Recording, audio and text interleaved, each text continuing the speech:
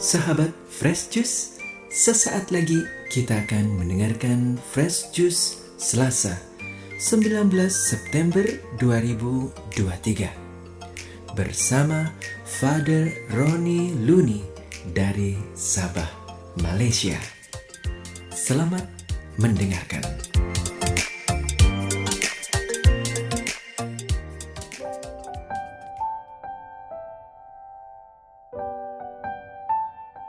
Salam damai dan kasih Kristus kepada semua pendengar setiap Fresh Juice yang dikasihi Tuhan. Renungan kita pada hari ini diambil daripada Injil Lukas bab 7 ayat 11 hingga 17 yang bercerita tentang Yesus membangkitkan anak muda di Nain. Oleh itu marilah kita mempersiapkan diri dan hati kita dengan hening seketika untuk mendengar dan menerima kabar sukacita Tuhan melalui pewartaan firman-Nya.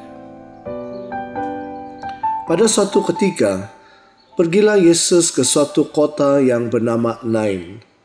Murid-muridnya pergi bersama-sama dengan dia dan juga orang banyak menyertainya berbondong-bondong. Setelah ia dekat pintu gerbang kota, ada orang mati diusung keluar, anak laki-laki, anak tunggal ibunya yang sudah janda, dan banyak orang dari kota itu menyertai janda itu. Dan ketika Tuhan melihat janda itu, tergeraklah hatinya oleh belas kasihan. Lalu ia berkata kepadanya, "Jangan menangis." Sambil menghampiri usungan itu, ia menyentuhnya, dan sedang para pengusung berhenti, ia berkata, "Hai anak muda, aku berkata kepadamu, bangkitlah." Maka bangunlah orang itu dan duduk dan mulai berkata-kata, dan Yesus menyerahkannya kepada ibunya. Semua orang itu ketakutan dan mereka memuliakan Allah sambil berkata, "Seorang nabi besar telah muncul di tengah-tengah kita, dan Allah telah melawat umat-Nya." Maka tersiarlah kabar tentang Yesus di seluruh Yudea dan di seluruh daerah sekitarnya. Demikianlah Injil Tuhan. Saudara-saudari yang dikasihi Tuhan, setelah kita membaca kisah tentang mukjizat Tuhan Yesus di kota Nain, maka perkara pertama yang perlu kita sadari ialah bahwa Tuhan Yesus telah menunjukkan dirinya sebagai Mesias, karena dia telah menunjukkan dirinya sebagai penguasa kehidupan. Tuhan Yesus telah menunjukkan sisi lain dari penderitaan yang paling ditakuti manusia, yaitu kematian. Malah dalam kisah tersebut diceritakan bahwa pemuda itu adalah anak tunggal janda itu. Kita diingatkan melalui keajaiban ini bahwa walaupun di mata manusia ada had untuk kebahagiaan, tetapi dalam Tuhan kebahagiaan tidak akan pernah berakhir. Pekerjaan keselamatan itu tidak dibatasi oleh masa dan ruang, dan walaupun kita harus menghadapi kematian, pekerjaan penyelamatan Tuhan akan berterusan selama-lamanya bagi mereka yang percaya dan berkenan kepada Tuhan. Inilah kabar sukacita kepada kita dalam melintasi kehidupan di tengah-tengah dunia ini, walaupun banyak kesusahan dan penderitaan yang kita alami. Tuhan Yesus telah memberikan kepada kita roh kemerdekaan dan bukan roh ketakutan. Seperti orang yang melihat dan menyambut mukjizat Tuhan Yesus di kota Nain, demikian jugalah kita akan menyerukan dan mempercayai bahwa Allah telah melawat umat-Nya. Saudara-saudari sekalian, selain daripada apa yang saya katakan di atas, ada sesuatu yang lebih menarik untuk kita pahami, yaitu mukjizat yang dilakukan oleh Tuhan Yesus adalah disebabkan oleh perasaan belas kasihan. Ini adalah asas kepada semua karya penyelamatan Tuhan Yesus, karena kasih-Nya kepada manusia. Tuhan bertindak menyelamatkan manusia daripada kematian dan penderitaan karena dosa. Tuhan telah menunjukkan belas kasihan-Nya dengan tindakan yang dapat kita lihat yang telah hadir di tengah-tengah kehidupan manusia. Sabda Tuhan yang kita terima hari ini memberikan kita keyakinan akan sikap yang akan kita ambil dalam setiap permasalahan yang akan kita hadapi pada masa akan datang. Kita tidak perlu menambah masalah dengan kesedihan dan tangisan, karena ada Tuhan Yesus yang turut merasakan penderitaan kita. Hati Allah akan tergerak oleh belas kasihan melihat penderitaan yang kita alami.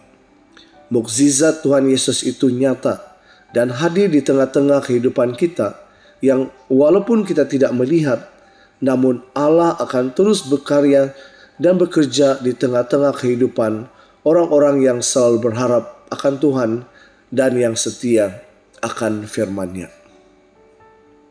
Seperti mana yang telah berlaku pada tahun 2015, ibu saya telah jatuh sakit yang sangat teruk, sehingga kan setiap orang yang datang melawatnya di hospital dan melihatnya berkata, ibu saya tidak punya harapan untuk sembuh kembali.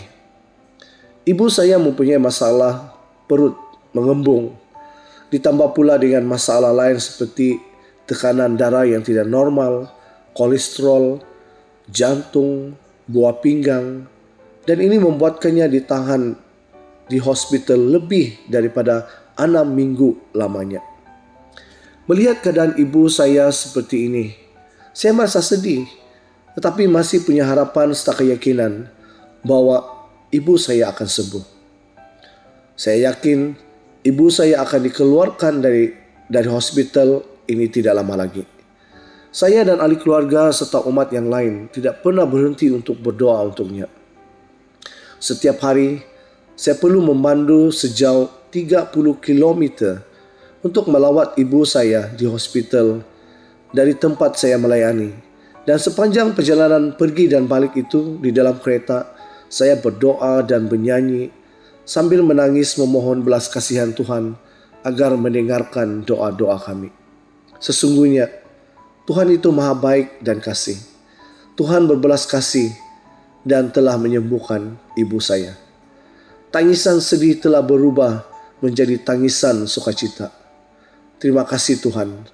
Terpujilah dan dimuliakanlah namanya selama-lamanya. Saudara dan saudari, dengan bersandarkan hidup kita kepada Tuhan dan hidup di dalam Dia, maka kita dapat mengalami pertolongannya, bahkan yang ajaib sekalipun. Karena Ia adalah Allah yang hidup dan senantiasa menyertai kita, baik di saat suka, namun terutama pada saat kita berduka. Semoga kita semua yang percaya dapat memiliki keteguhan iman dan tidak lekas atau tidak mudah berputus asa ataupun kecewa dan menolak Dia. Kerana mengalami percobaan atau kesulitan di dalam hidup ataupun terpengaruh oleh ajaran-ajaran lainnya yang menolak Kristus. Sebab Yesus Kristus berkata, berbahagialah orang yang tidak menjadi kecewa dan menolak aku. Mulai sekarang, setiap kali berlakunya sesuatu perkara yang membuatkan saya bersedih dan menangis, saya mengingat kata Yesus, jangan menangis lagi. Kerana saya tahu Tuhan yang berbelas kasihan akan bertindak untuk memberikan pertolongan. Sekian saja renungan hari ini. Semoga kita berjumpa lagi di seri renungan yang selanjutnya. Tuhan memberkati dan salam Fresh Juice dari Sabah, Malaysia. Sahabat Fresh Juice, kita baru saja mendengarkan Fresh Juice Selasa 19 September 2023. Saya Yofi Setiawan beserta segenap tim Fresh Juice mengucapkan terima kasih kepada Father Roni Luni untuk renungannya pada hari ini. Sampai berjumpa kembali dalam Fresh Juice edisi selanjutnya. Tetap semangat, jaga kesehatan dan salam Fresh Juice.